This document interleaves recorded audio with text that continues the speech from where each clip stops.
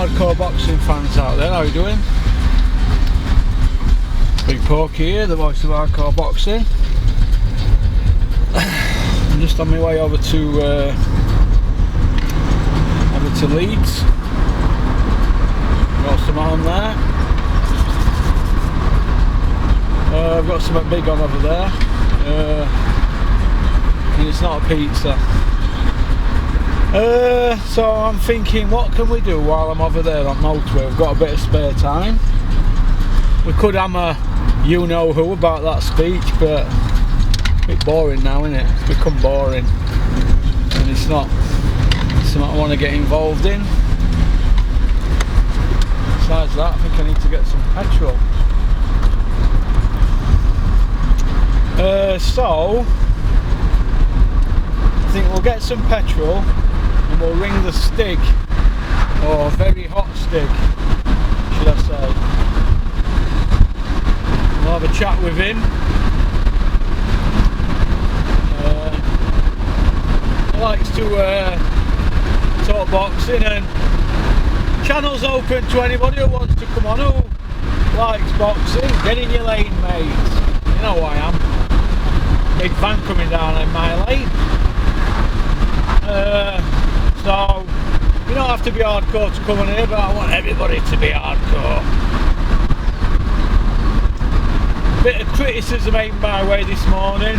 Porky, you've not hammered Joshua, you haven't hammered him. What is there to say? No to say on it, is there? We know what it is, don't we? So I think if we don't, nobody gives it any airtime, we'll be alright, won't we? People are too quick to put people down. We don't know what's going through his head, do we? I don't know what goes through my head half the stuff I come out on here. So I'm going to be the last person to jump on bandwagon, but let's just say he's in a big pan of soup moving forward. But we've not heard out from Eduardo, have we? Not a squeak! By the time this goes out though, which length it takes for me to get stuff out, Eduardo will probably come out and done about 200 interviews like last week. What did he do last week? 222 interviews? Unbelievable, the guy's a machine. There isn't even any boxing on and we can't shut him up. What, me doing 10 a week were a lot, but I don't know if to ring STIG now. If I ring STIG now, I'm going to be 2 minutes putting petrol in, and he'll probably be rabbiting to himself, won't he? Is that bad? Yeah, I think we'll ring him now.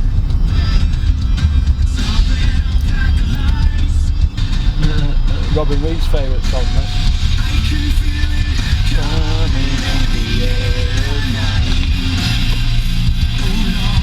S. I always end up behind a tractor.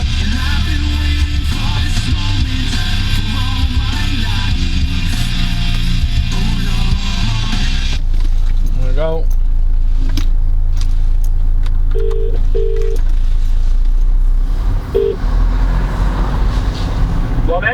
Is that Mr. Is that Mr. Very Hot? It's extremely hot STIG, yeah. It's extremely hot STIG. Let me just shut something up. So how you been keeping, Stiggy? You're keeping very well, are you? So what have you been up to? You there, Stig? Hang on a minute, we've lost the STIG. Hang on a minute. Are you there, Stig? Fucking hell, that was a good start, wasn't it? Let me just strap this bastard in.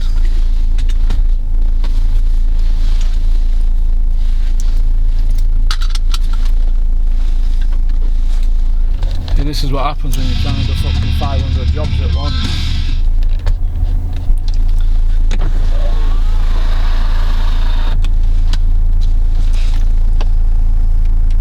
Yes. Go on then, you can see I'm pulled up. go. Yeah, we lost you for a moment there, Stig. Sorry about that. That's all right, mate. I'll not cut that out. I want people to see that I'm human and transparent. You're not gonna what? Just had to strap the camera in, didn't I? Because it decided to jump through the fucking windscreen. Now there's potholes all. When I come through here, Micklebury, there's potholes all over. I'm forever trying to dodge potholes. You know, with me being a taxpayer. Road tax, that is. I feel that.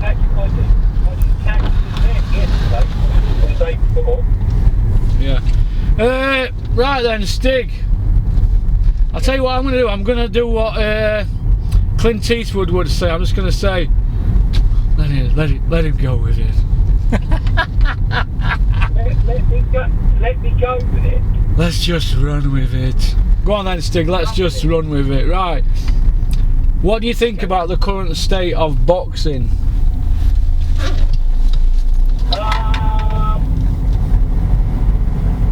In the sense of lockdown? Yeah, in the sense of lockdown. Do you think there's going to be any boxing? Well, there was. I think there was something that Shakur Stevenson didn't he fight last night for ESPN. It's not bad. It's a studio fight last night. I didn't watch it, mate. That's how casual I've become. I didn't watch it, Stig. I nod off now, don't I? About 10 o'clock. Hello? Are you there, Stig?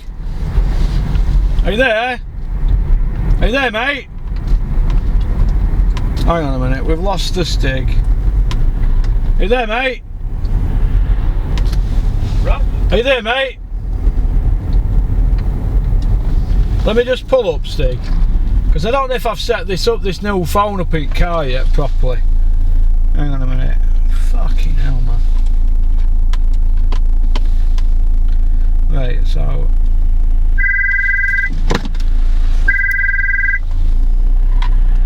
right, we're up now. I had to press that Bluetooth button. Right, go on then. I didn't watch Shakur Stevenson last night because I've turned into a full-on casual. But who cares about him anyway? He's a little gimp. I hope Josh Warrington punches him upside down. He's a gimp. See, I've started already, haven't I? Well, no, well, just, I mean, that'll be an interesting fight because Shakur he's similar in some ways. I watched it the other day, and he's similar in style to Sugar Ray Robinson, really. Sugar Ray Robinson? Stig? Stig? What? Sugar Ray Leonard, same as Shakur Stevenson. Who's told you that? I was watching him the other day. Yeah, he's definitely got a defensive back, and he heavy making this here, then hit you with a flurry of punches. But then, of course, if Josh Warrington's going to keep coming and trying to put it on, that'll be a good fight. Yeah. You what, mate? Yeah, it'll be good for Josh. Yeah, it will be. So he's an upcoming star, so, well, as far as top rank is concerned, so, you know, I mean, if Josh can take his step, that'll be a great name to have on his resume. It'll be good. Josh Warrington, right, has he beat 3 or 4 world champions? He's won all clean sweep, he's undefeated. He's in the form of his life, isn't he? I didn't think he was going to beat Lee Selby, actually, to be honest with you. Yeah, that's because everybody were all hyped him up. Yeah. Lee Selby got beat early in his career, didn't he? And everybody kept forgetting that. Hey, actually, Russ, I was talking to one of my customers a couple of weeks ago, and he reckoned, have you ever heard this, that Rocky Marciano, and I was watching a bit of him yesterday as well, Rocky Marciano, he became a professional boxer, had one fight, lost the fight, and then came back under another name. Is that true? Have you ever heard that before? No, I've never heard that before, but I do know the story, how he died, because I went out for dinner with Dennis, Mick Hennessy, and I don't know if you've heard of a guy called Don Majeski. He worked for Don King in early 70s. I think he worked for Don King for about 30 years. Don Majeski. Is that the bloke that's a big fan of me? No, he's never heard of you, Stig. Oh, okay. We went out for dinner in Bulgaria, and we were sat, obviously we were a late one. Mick Hennessy don't drink, by the way. Does he not? Mick Hennessy don't drink alcohol, no. He makes up for it in other departments, though. But he's a lovely bloke, Mick. I like Mick. I tell you what, I bless him. I met Steve Wright in the cab today. Steve Wright of Radio 2 fame. Steve Wright, yeah, no, we did a video. Right, so am I telling this Rocky Marciano story, Stig, or are you going on about you and that gimp, Steve Wright, in your taxi? Oh, no, you're telling me the Rocky Marciano story. Right, Rocky Marciano were very frugal with money. I knew that, yeah. I mean, very, very frugal with money. And Don Majeski were telling us this story, how Marciano, for some reason, he'd got into this plane, but he was saving him some plane fare or something. So he got in that plane that crashed, because he died in a plane crash, didn't he? Yes. And it was something to do with some money, $200 or something, and he didn't really need to be in that plane, but it was some frugalness of his, and obviously he ended up in the plane, didn't he? But he wasn't supposed to be in the plane. You probably have to go on Wikipedia and read some other people's stories to find out the true story, but that's the story that Don Majeski were telling me, Dennis and Mick Hennessy. I know he was very frugal. Frugal, yeah, he would. It's hard to explain, but he'd leave food in restaurants and take it out with him and have it for breakfast and stuff like that, and he'd keep his allowance. And in the hotels, what he used to do, you get the sugar sachets and stuff like that, and milk sachets and little things like that. So he'd take them home with him and that, so he didn't have to buy them. He'd look at it as perks, but obviously he died, didn't he, in a plane crash when he didn't need to be in that plane. But he was trying to save some money. Just trying to save a few quid, just like the rest of us, Stig, but he took it to extreme. It's a good job I'm not like that, isn't it? Yeah. Otherwise I'd be back to my drug addict days when I was running a Iveco tipper truck and still sawing people's garden gates and running on red diesel. You were what, doing on people's garden gates? Well, if I didn't have a weigh-in at the end of the day, I just used to go to some big posh estate where I knew people would not be in, and I'd still saw the gates. So because you could take them, can't you? Within 2 minutes, you could get 2 big gates on back of your Iveco and go weigh them in. Wrought iron, innit? I was pretty ruthless in my younger days, as ruthless as you can be as a tea leaf. Is it wise saying that, mate, on your YouTube channel? Yeah, I'll say that. If I'll say what I want, do what I want. Okay. So it don't bother me, things like that. I'm pretty transparent. I've done a lot of stuff like that. So I used to be an idiot, but it is what it is, isn't it? Let's have a look. Yeah. It's one of them things. What do you think about the current state of play with Eddie Earn's show? Well, last I heard, I haven't heard anything update. I mean, he's doing this thing in his back garden at the old stately home, which is now the offices, but I've not heard any recent updates of anything happening. So I don't really know anything contemporary, probably. Well, it's good if he's going to do it. I know that Huey was going to fight Dave Allen, weren't they? But that fight is too expensive to have in Eddie's back garden, so that's not going to happen. If he can do it, and fighters want to earn some money doing that, well, good luck to him, really. Yeah, it's not a problem. Right, it's fine. But I've not heard anything recent.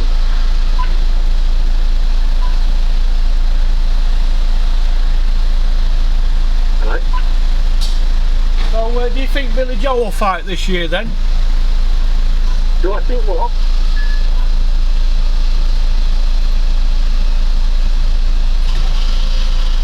What, mate? Do I think Billy Joe will fight Stephen? Yeah. I haven't got a clue, mate. Possibly not, but I haven't got a clue. I don't know. I hope he does, but I don't know.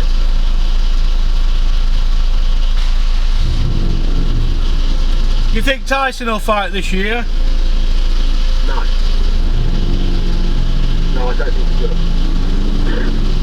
No, I think the fight is too big and too valuable, and the gate will be too large, and it's not going to happen behind closed doors, and I don't think an event that large will happen this year. It might do, but I think it's unlikely. I don't think Tyson will fight until next year now. Unless he decides to do a kick-over fight behind closed doors, he might do that.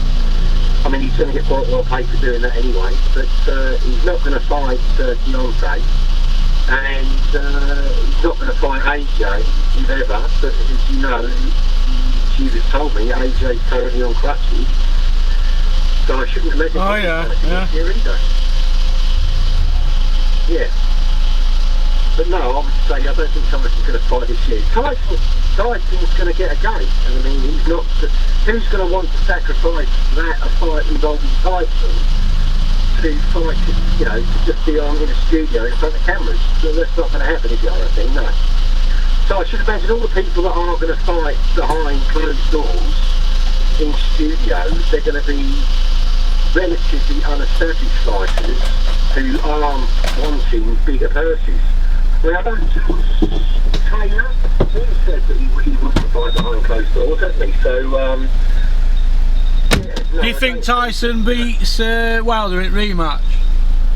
Well, of course I do. I mean, I'm going to say definitely 100%. What possible scrap of evidence is there that Wilder's going to beat him? It's just not going to happen. I mean, Wilder hit him with 2 or 3 large right hands in the first 2 rounds of their last fight, and Tyson didn't take any notice of it at all and just kept coming forward to me. So, no, there's no way, under any circumstances, Deontay beats Tyson Fury. No way. Absolutely impossible.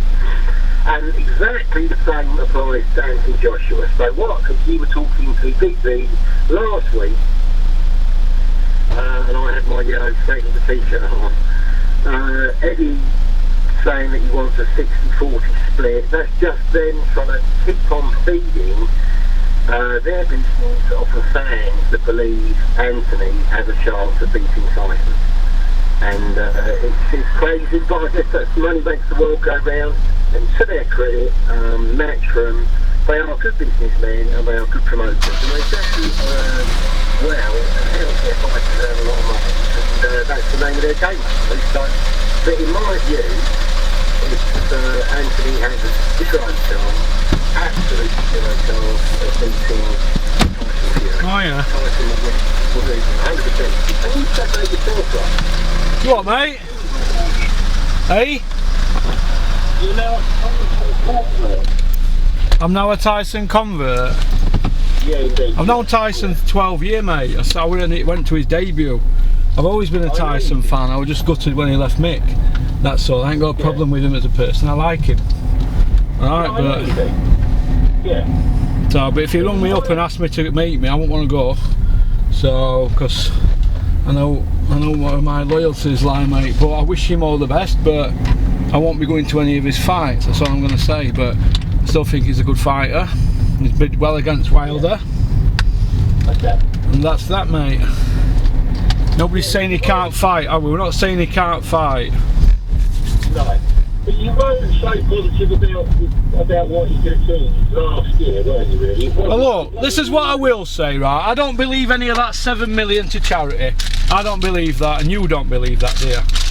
So we don't believe that, for starters. I never believed all that depression stuff. I didn't believe that. Don't believe that whatsoever. But if he was depressed, he's come through it so good. But I don't want to hear about it anymore. If he was depressed, I don't want to see that line pushed anymore. If he was depressed, but I don't believe that, and I don't believe the other thing about the millions to charity and all that. I don't believe it. But that's just my opinion. I could be wrong, but I don't think I am. So But as regards a fighter, he's the #1 heavyweight in the world, and that's all I'm bothered about. He's not paying. He don't pay my credit card bill every month, does he? Or feed my kids. He's a boxer. Let's not get carried away. He's a good boxer, that's it. But let's not get too deep about it all. I don't believe a lot of what goes on in boxing. So, right. So there's a lot I can say on here, but I'm not going to do. But people can use their own brains. The diehards, like what's he called, you Dosser, who leaves comments. They can believe what they want to believe, because when you're that far gone, you don't want to believe it. It's in front of your eyes. But like I said, I don't believe anything about 7-8 million to charity, or depressed and driving cars at 200 miles an hour at bridges. Don't believe it.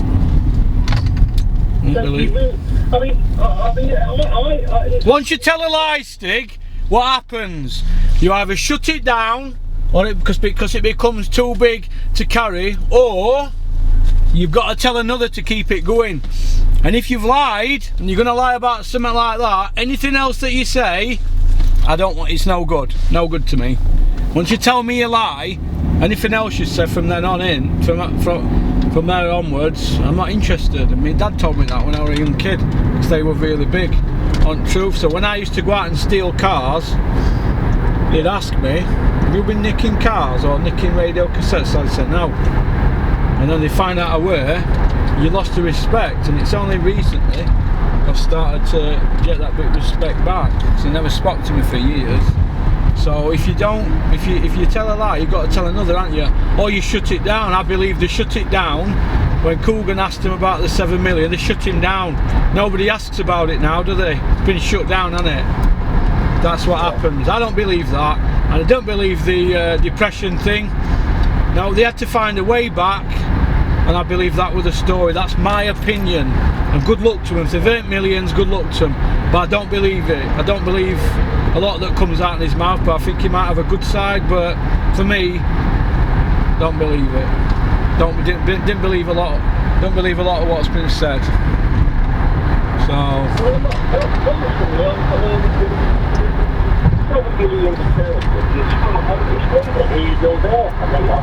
I'm really not bothered about it. It's none of my business. I don't care. It never, when it came out, it never made me alter my attitude or opinion on it. Anyway, I mean, I'm not really bothered.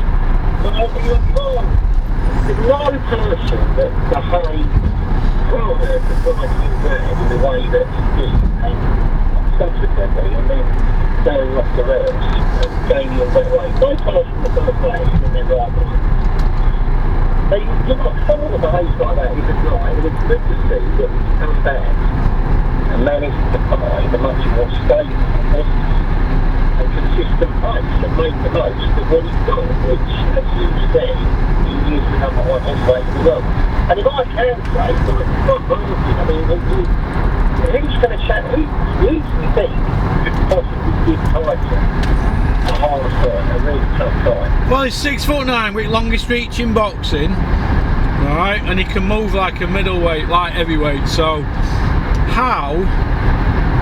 He's got lateral movement, hasn't he? Very good lateral movement. So how is he going to get beat? There's no styles out there to beat him. He'll only get beat if he gets caught cold. That's the only way, I think, or if somebody catches him with a punch that's not textbook, because he's programmed to fight all styles, isn't he? He's a masterful boxer, masterful. And I didn't think he'd be able to do that after all that time out. I just didn't think it was possible. But he's a masterful boxer, and obviously you're gloating about this because you said that. But the percentages, the chances of him coming back and doing what he did were like in the 15-14%. It was that low, and the experts and all that didn't think could be done. I'm not an expert, although I think I am at times. I didn't think that it could be done, but you know, Wilder were technically flawed, wasn't he? But he has got the equaliser, hasn't he? He has, but that didn't prove to be effective against Tyson. So, I mean, I think actually I was talking about, I mean, Tyson, he is comfortable. He's been down now 4 times he's been on the floor in his career, hasn't he? He's been on the floor 4 times in his career. I don't think he's been on the floor any more times than that. Every time he's gone down, he's got up, and he's been as fresh as a daisy instantly, and he's gone at it against his opponents. And yesterday, I was looking at Marciano, exactly the same. He went down. When he got up, he always got up really quickly, and he was straight on it. It wasn't dazed or needing to rest or hold really like that. He just put it on his opponent every time. Tyson's powers of recovery are extraordinary, and although he doesn't look like a great athlete like Deontay does, or like Anthony does, he is very athletically gifted for the purposes of professional boxing, because he can go the rounds. He's relaxed. Oh, he's got the engine. He can go the course. He can go 12 rounds, no problem at all. I mean, he is unbeatable. As Peter Fury said before the rematch with Flag, which never happened, the only person that beat Tyson Fury, and Peter knew Tyson wasn't like that. He knew he was all over the place all the time. He needed Peter to instill and impose a disciplined environment in him to train prior to 2017 when he realised I can't carry on with this. And then he became self-motivated. So, I mean, to show you, Tyson's a different man to the man that Peter got to be a world champion. What do you mean he's a different man? Well, he's now self-motivated. He doesn't have a fight and then go away and balloon up and live the life of Riley in a reckless, unathletic manner. He understands the consistency and training and looking after himself, preserving himself for the longevity of his career is motivation. The thing that makes him happy in life. And I do believe that's been in boxing matches. I mean, all these things, you know, WWE and that sort of stuff, it's great fun. It's great fun to be a massive celebrity. But Tyson wouldn't be there if he wasn't a very large, very talented, gifted, unique heavyweight boxer. He wouldn't be enjoying any of those things. I think he gave that up and just did all these celebrity things like WWE. And I don't think he's maintained satisfaction and happiness. That's my view. Just like you probably wouldn't be happy if you gave up your channel. I know you struggle sometimes. I won't be happy if what? You probably wouldn't be happy if you were doing this channel. I think this channel was a big part of you now. Well, it's better than motor trade, isn't it? Being stuck in a porter cabin, isn't it? Freezing my nuts off. Having people coming round to smoke weed all day and then just dossing about, surrounded by dossers.